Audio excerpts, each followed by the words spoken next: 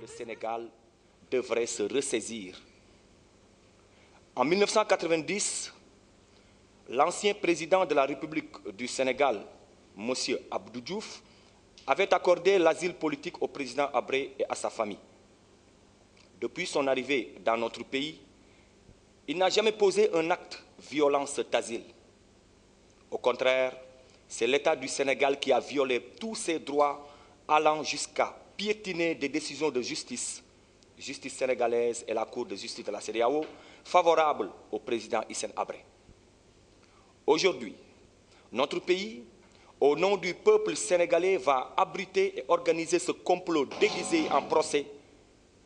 Nos dirigeants ont fait du procès de Habré une priorité nationale au détriment des préoccupations réelles des populations.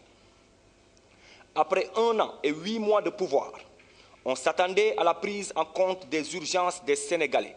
Mais hélas, cela ne semble pas être une priorité pour le pouvoir en place.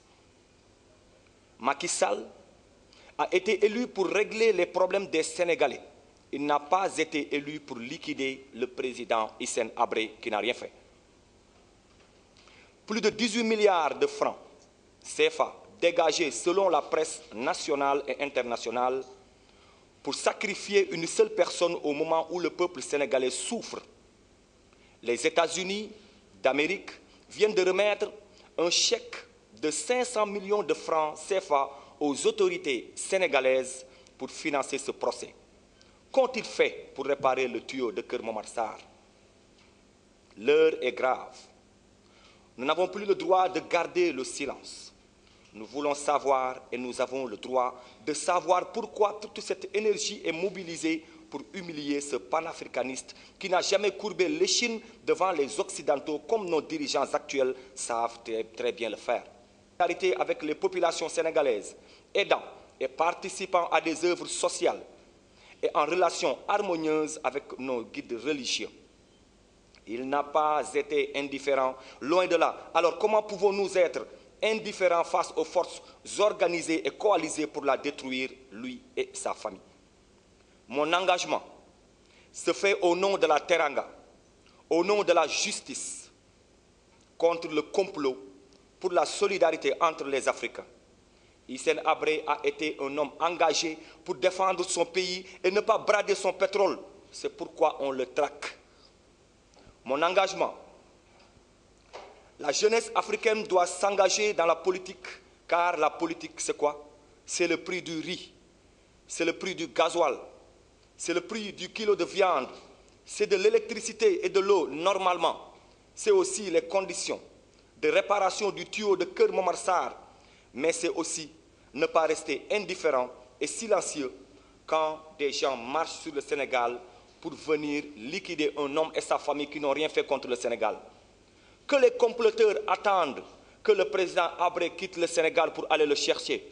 Nous, Sénégalais, ne devons pas nous salir les mains et être utilisés par d'autres. Non. Le de Macky Sall, Idriss Déby, la Belgique, l'Union africaine et les autres ONG dites de droits de l'homme, toute cette coalition internationale contre un homme seul avec sa famille. Pourquoi j'ai dit le gouvernement de Macky Sall et pas le Sénégal? Parce que les Sénégalais ne sont pas tous d'accord avec ce qu'on fait au président Habré. Il faut qu'ils le disent plus haut, plus fort. Le Sénégal, ce n'est pas cela. Le Sénégal, ce n'est pas la trahison. Ce n'est pas le non-respect de la parole donnée à l'autre que l'on a accueilli. Les Sénégalais sont un peuple de foi. Et nos préceptes religieux nous recommandent de ne pas trahir l'autre à qui on a offert l'asile. Mon combat, mon engagement est d'opposer un refus à ceux qui veulent défigurer le Sénégal. L'histoire nous jugera le président Macky Sall et son gouvernement.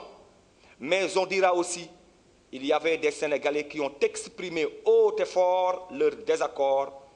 Je serai de ceux-ci et mes enfants n'auront pas honte de moi. Nous sommes des artistes et nous avons notre mot à dire dans cette nébuleuse qui a fini par ternir l'image de notre pays et écorcher la teranga sénégalaise. Nous exigeons la libération du président Habré, prisonnier de Macky Sall.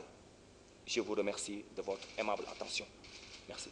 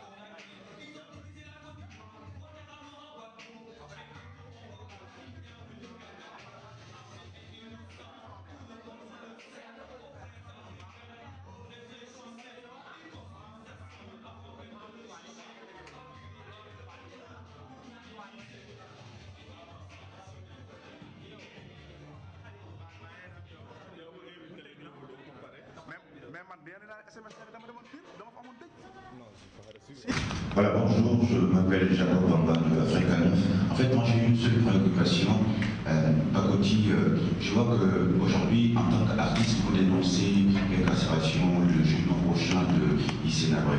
Bon, est-ce que je peux comprendre que tous ces artistes sortent avec vous ou ne sont pas avec vous, sachant qu'un Youssou N'Dour, par exemple, Youssou N'Dour qui est un artiste de renommée internationale, aujourd'hui, qui, en tout cas dans le gouvernement Macky Sall, que vous dénoncez, il faisait partie de ce gouvernement au moment où il y a eu ce problème à Habré. Je vous remercie. Je parle du président Hissène Habré, comme un Tiken Diafa Koli qui parlait de Alpha Condé, comme Youssou N'Dour qui chantait Mandela. Pour moi, il est comme Mandela, parce que pour moi, il est innocent. Un détenu est toujours innocent jusqu'au moment où on le juge. Je ne peux pas comprendre, on construit une cellule pour quelqu'un qui n'a pas encore été jugé. Souvent, je vais au Cap Manuel voir mes amis libéraux arbitrairement détenus là-bas. Et avant qu'on m'appelle, je discute avec les maçons, les menuisiers métalliques, les ferrailleurs. Alors je leur dis, mais les miradors là, c'est quoi ça, ce bâtiment? Même eux, les ouvriers, ils disent que c'est la cellule de Hissène Habré. Moi je dis, comment? Et s'il y a un non-lieu? Donc ce qui veut dire qu'ils ne pensent même pas que Hissène Habré peut avoir un non-lieu. Ensuite, tout cet acharnement sur le président Habré, les Sénégalais n'ont rien compris. Il y a la France, il y a les États-Unis, il y a tout le monde qui s'y met. Hein? Tu lis dans la presse locale et internationale des hommes de droit, des partisans de Habré, des hommes libres qui disent que même Idriss Déby a débloqué de l'argent pour tenir ce procès. Comment cela peut-il être normal? Alors moi, en tant qu'artiste engagé dans la lutte contre l'injustice, si demain, le président Macky Sall ou bien même Mimi Touré est victime de ce que Habré est en train de subir, si je suis là, je le défendrai, ou bien je la défendrai, parce que je suis contre cette injustice. J'ai dit, il faut que le procès soit équitable. Il faut que les gens respectent les droits des autres. Hissène Habré était venu au Sénégal, comme je l'ai dit dans le discours, il était accueilli par Abdou Diouf. Il faut respecter le droit d'asile. C'est-à-dire que Abdou Diouf l'a accueilli, il a construit sa maison depuis 23 ans, ses enfants sont nés ici. Alors, ils n'ont jamais eu de problème, au contraire, ils aident même les Sénégalais. Tu vas à Ouakam, tu vas au Mamel, tu vas partout au Sénégal, les dispensaires, les écoles, et même les bonnes choses, les bonnes œuvres qu'ils sont en train de faire et qu'ils ne disent pas. Donc je crois que les Sénégalais doivent comprendre pourquoi toute cette mobilisation derrière quelqu'un qui n'a rien fait au Sénégal. C'est pourquoi j'ai choisi, je me suis documenté sur Hissène Habré. Personne n'est derrière moi. Je me suis documenté et j'ai vu que c'est de l'injustice. On l'a kidnappé chez lui, on l'a amené en prison pour aller au Tchad chercher des plaintes. Comment cela peut-il être possible? Donc, c'est pourquoi j'ai choisi Habré. Après avoir parlé de ce que Macky Sall est en train de faire au Sénégal, je me suis retourné et j'ai dit que quelqu'un est dans la tourmente, quelqu'un est en train d'être diabolisé parce qu'il a dit non aux Occidentaux, parce qu'il refuse de lécher les bottes de la France et des États-Unis. Alors on le met en prison pour aller chercher des preuves ou bien même des plaintes, façonner, formater des gens pour qu'ils viennent l'accuser et l'enfoncer. Moi, de ma part, Habré est innocent. Habré est innocent, ça c'est ma conviction. Donc, ça c'est pour le journal Le Soleil, je crois que c'est bon. L'autre c'est le journal Al Madina. Il dit le nom de Macky, parce que c'est l'ère de Macky. Nous, quand Habré venait ici, on était de petits enfants. Alors Abdou Diouf l'a accueilli à bras ouverts. On ne connaissait pas Habré. Parce que d'après mes documentations que les juristes m'ont données, le droit d'asile, on le respecte. Si quelqu'un est venu chez toi, donc s'il ne commet pas de faute, s'il ne commet pas de dégâts, s'il ne fait pas de la politique, s'il ne fait pas de la propagande, s'il ne déstabilise pas le pays ou bien son pays d'origine, il a le droit de vivre tranquillement. C'est ça la teranga sénégalaise, c'est ça l'hospitalité sénégalaise. Donc, le nom de Macky, c'est Macky qui est venu. Salam alaikum, malikum salam. Il vient, il le met en prison, comme d'autres, mais aujourd'hui on parle de lui. Il le met en prison sans aucune preuve. Sans aucune preuve. il y a une forte communauté tchadienne au Sénégal. Je suis parti à l'université.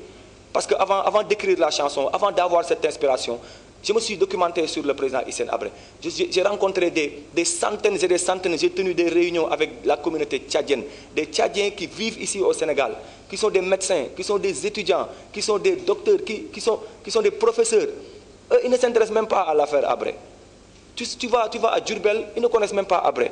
Donc on essaie de l'étouffer, et de l'engouffrer quelque part, et puis taf, on le met en prison et on oublie. Et tout ça, c'est Idriss Déby qui est derrière tout ça. On a lu toutes les interventions que font les gens sur Internet ou bien dans la presse. Tout le monde sait que même en prison, Idriss Déby a peur de Hissène Habré parce que tout ce qui arrive actuellement au Tchad, c'est Idriss Déby. Il faut qu'on essaie d'avoir le courage de dire la vérité.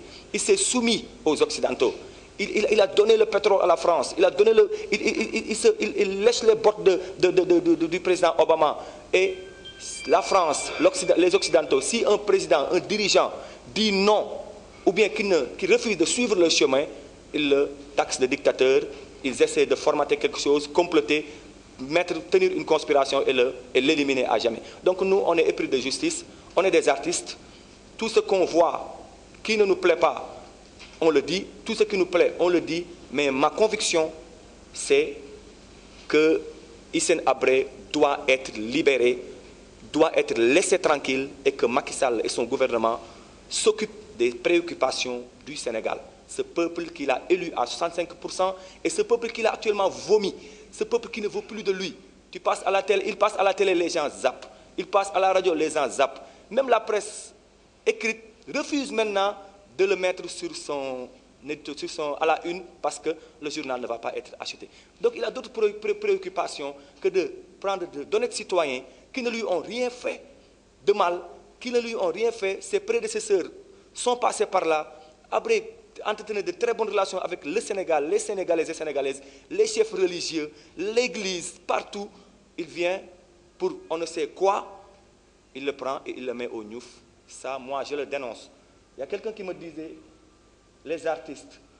Quand je dis nous, d'abord, il y a beaucoup d'artistes qui sont actuellement d'accord à ce que je dis. Donc, je préfère même taire leur nom parce qu'on va faire un grand concert ici à Ouakam au mois de décembre. Un grand concert pour si Habré n'est pas libéré d'ici décembre, on va faire un grand concert pour la libération du président Habré et on va éviter tous les grands artistes de ce pays. Tous sont contre l'injustice. Tous sont pour l'hospitalité et la teranga sénégalaise. Tous ont peur que demain, eux, ils subissent le même sort que Habré parce qu'on ne sait pas ce qui arrivera demain. Donc, et parfois, quand je dis nous aussi, c'est une façon de dire moi, pour ne pas dire moi, je dis nous parce qu'il y a beaucoup de gens qui sont derrière. Il y a même des gens qui ne sont pas des artistes. Il y a même de grands lutteurs qui seront au concert. De grands lutteurs, parce que avant de sortir le single, j'ai fait des porte-à-porte, j'ai expliqué aux gens, je suis parti dans les maisons, je suis parti à Ouakam, j'ai vu les notables de Ouakam, la population de Ouakam, l'union sportive de Ouakam, les supporters de Ouakam, tout ça, tous ces gens-là sont avec moi pour la lutte, pour la libération de Habré. Et pour terminer sur cette question, on va décentraliser la propagande et la sensibilisation. Il faut qu'à Ouidou Tchingoli, à Linguère, qu'ils connaissent que Habré est victime d'une conspiration. Il faut qu'au Fouta, il faut qu'à Diourbel, il faut qu'à Mékhé, qu'ils reconnaissent que Habré est parmi nous et il fait partie de nous. Ces enfants sont nés ici, ces enfants ont grandi ici, ces enfants étudient dans nos écoles, ces enfants fréquentent nos enfants et il n'a rien fait au Sénégal. Il est un homme paisible. Tout ce qu'on lui reproche, c'est d'avoir dit non aux Occidentaux. Ces pilleurs, ces gens qui viennent dans ton pays. Mais regardez ce que Bush a fait à Saddam Hussein. Le jour de la Tabaski, il l'a pendu, personne ne dit rien. Regardez ce que Obama a fait à Ben Laden. Taf, on le tue, on le jette dans la mer, personne ne dit rien. Pourquoi les Africains ne doivent pas se lever pour dire non aux Occidentaux? Sankara, on l'a tué. Kourouma, ce qu'ils ont fait à Mandela. Donc, cette conspiration faite par l'Occident, avec des chefs d'État africains, des dirigeants africains qui ne savent pas dire non, c'est ça qui a fait que Habré soit jeté en prison. Et j'interpelle Macky Sall. La vie ne vaut pas ça. Si c'est pour l'argent, ça ne vaut pas la peine. Si c'est pour le pouvoir, tu as déjà le pouvoir. Vous avez déjà le pouvoir. Si c'est pour les diamants, ça ne vaut pas la peine. Le pétrole, ça ne vaut pas la peine. Fais comme tes prédécesseurs, Diouf, Abdoulaye Wade. Laissez Habré tranquille et attelez-vous sur ce qui préoccupe les Sénégalais. Les Sénégalais ont d'autres chats à fouetter que de prendre des gens qui n'ont rien fait et les jeter en prison. C'est ça qui m'a inspiré à faire cette chanson. C'est ma modeste contribution pour la justice et la teranga sénégalaise, pour que ce morceau soit toujours écouté et que ce morceau aille jusqu'aux profondeurs. On va essayer de le traduire en Wolof, on va faire des tournées pour que les gens comprennent que cet acharnement, c'est l'Occident qui a mobilisé ces hommes tels que Idriss Déby, Macky Sall et d'autres